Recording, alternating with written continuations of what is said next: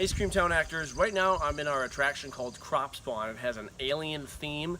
You know, I can touch on a little bit of costuming here. When it comes to coming up with your own costumes, you can pick things that just seem like it might go with the theme. So in Crop Spawn, maybe you're an angry farmer.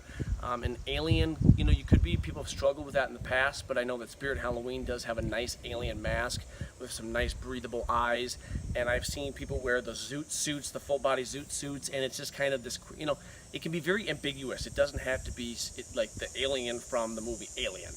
It can be open to interpretation. You can even see behind my shoulder we've got a scarecrow animation. You know, so as long as it kind of fits with the theme, we're okay with that. Regarding scaring, okay, I want to show you right now we're in what I would call the behind the scenes of Crop Spawn. We have a lot of fence. We have some corn, which you can see behind Joanne here, and then we've got this negative space that I'm standing in. And what I mean by negative space is the guests are never in this. This is a very behind the scenes type spot. So some of these fence, and I'll show you some a little bit later, have swinging doors. So you might be able to open up a door, run through here, get an actor, or excuse me, scare the guest, and then come through another door and come right back. So there's lots of ways to move back here, okay? Now let me show you a scare sequence because it becomes a little bit more challenging when you're in this type of a maze. It's not like the Circus Asylum that is an actual wooden maze where you can just hop and pop all over the place. This has a different feel to it. So let me give you an example. The guests would be coming from the corn and walking this way towards the fence. If I were an actor, I would I would notice that there's a sight block right here behind this fence, as well as a scream box. Take a look at these boxes here. These are speakers that have beam sensors that when a guest walks past it, it will make a very, very startling sound, okay? So knowing that this box is here, I as an actor would probably hide out of sight right here. Look what's also right here. We have a little block. These colors have faded. We'll repaint these. Normally they're orange. This is where you put your reflector. I did a video a minute ago where we talked about every actor has a reflector that will stick in here so that we know where you're working every night. We like to make sure everyone's spread out, okay? So here's a great place to hide.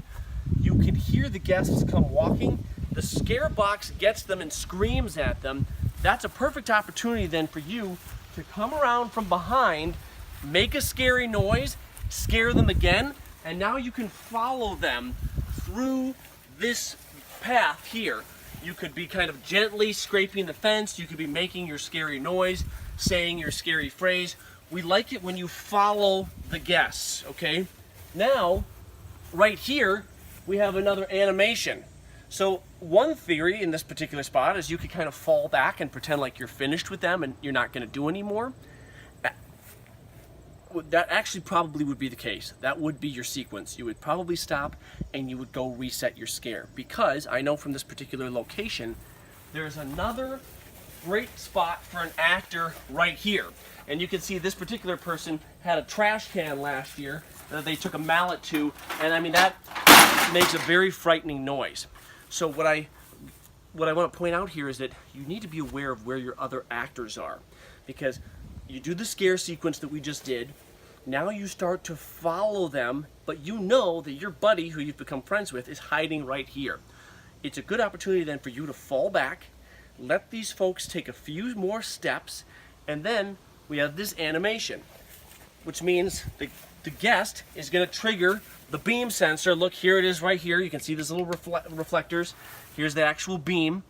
The guest triggers that. They were just followed by you over here. They trigger this. This thing starts to scare them and startle them. That is now the perfect opportunity for this actor to leap out, make their scary sound, and get them again here. We want multiple scares all the time. You got them over there a minute ago. This scared them here, the animation. This actor did their timing and scared them here. And then they were also probably distracted by that. All these scenes and decorations are basically distractions. Even these animations, they are there to more or less distract so that you can frighten. It's a lot of timing. So you need to learn quickly the routines that you can come up with to work with your surroundings and scare the guest as much as possible. Now this actor then should probably come out and start to follow the guests and push them this way, not physically push them. When we talk about pushing in, let's go folks, keep it moving. You want to encourage people to keep moving through the haunt. They don't, if they go too slowly, they plug up miles of guests and it gets all backed up, okay? But there's a lot of twists and turns in these attractions, which helps keep blind spots. So if you ever do get a group of people that are really backed up, all of a sudden you've got a group of 15 people and that happens, what you have to do is you really have to focus on your scare. Don't always scare that first person. Scare the second and third person in the line, which will also scare the first person. Then if you kind of stay low, you can crouch in between people and get the people that are clumped up behind them. Nothing frustrates guests more than saying, gosh, I was walking through the attraction and the people in front of it ruined everything. Focus on the people that look like their experience might be getting ruined and make sure they're getting a good scare.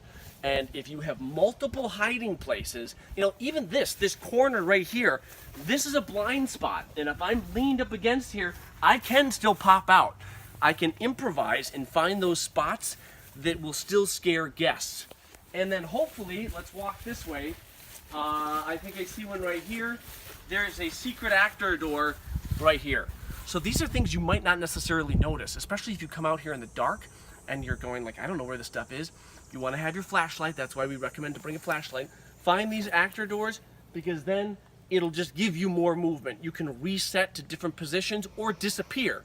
You could have maybe followed a group here and said, uh-oh, here comes another group of people. I don't have time to reset my scare. At least get out of the way and hide and take this opportunity then to spring into action and scare them. Always find a way to reset as quickly as you can and pop out. We do not allow we don't want actors to just be standing there and guests come around and see you, because bottom line, everybody knows you are a human being. You're not a real alien. You're not a real bloody farmer.